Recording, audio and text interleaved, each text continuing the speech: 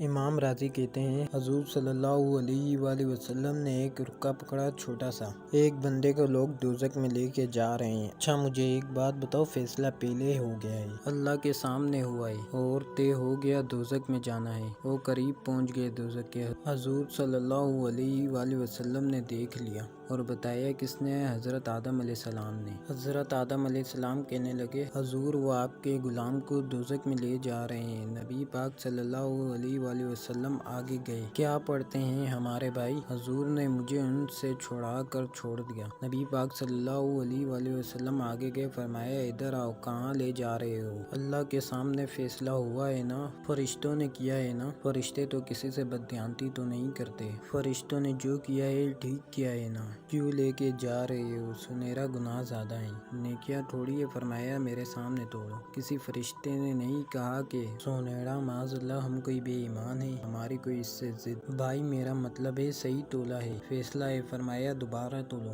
گویا رب بھی فرماتا ہے جیسا میرا محبوب کہتا ہے ویسا کر لو۔ او کوئی نہیں، دوبارہ تول لو، کوئی حرج نہیں، تول لو نا دوبارہ۔ فرشتے دوبارہ آئے گے، انہوں نے دوبارہ تولا ہے، ایک پلڑے میں نیکیاں، ایک پلڑے میں گناہ۔ اب وہ گناہ پھر زیادہ نکلے تو نبی پاک صلی اللہ علیہ وآلہ وسلم نے نا جیب سے اتنا سا رکا نکالا کہ کبھی کوئی وزن ہوتا ہے، حضور صلی اللہ علیہ وآلہ وسلم نے نیکیوں کے پلڑے میں رکھا، نیکیاں بڑھ گئی، فرشتے بھی چپ کر گئے۔ چلو بھائی جنت میں۔ میری طرح کا تھا نا پتہ سارا ہے، سرکار کو پتہ تو تھا نا، اسے تو سیدھا حضور صلی اللہ علیہ وآلہ وسلم کے قدموں میں جا لگا، کہنے لگا سنیرا میں تو ساری زندگی گناہ کرتا رہا ہے، یہ کون سی نیکی ہے؟ تو حضور صلی اللہ علیہ وآلہ وسلم فرمانے لگے چپ کر، وہ جنت کا دروازہ کھل گیا ہے، تو جا جنت میں۔ حضور صلی اللہ علیہ وآلہ وسلم رکے میں کیا ہے؟ فرمایا تو نے ایک دن درود سلام نہیں پڑھا تھا، میں نے تیرا سنبھال کے رکھا ہوا ہے، تیرا درود شریف۔ وہ نعرے رسالت نہیں تو نے لگائے تھے، وہ تو کھل کے میرے تذکرے، میں نے تیرا سنبھال لیا ہے۔ دوزخ میں تو کیا میرا سایہ بھی نہ جائے،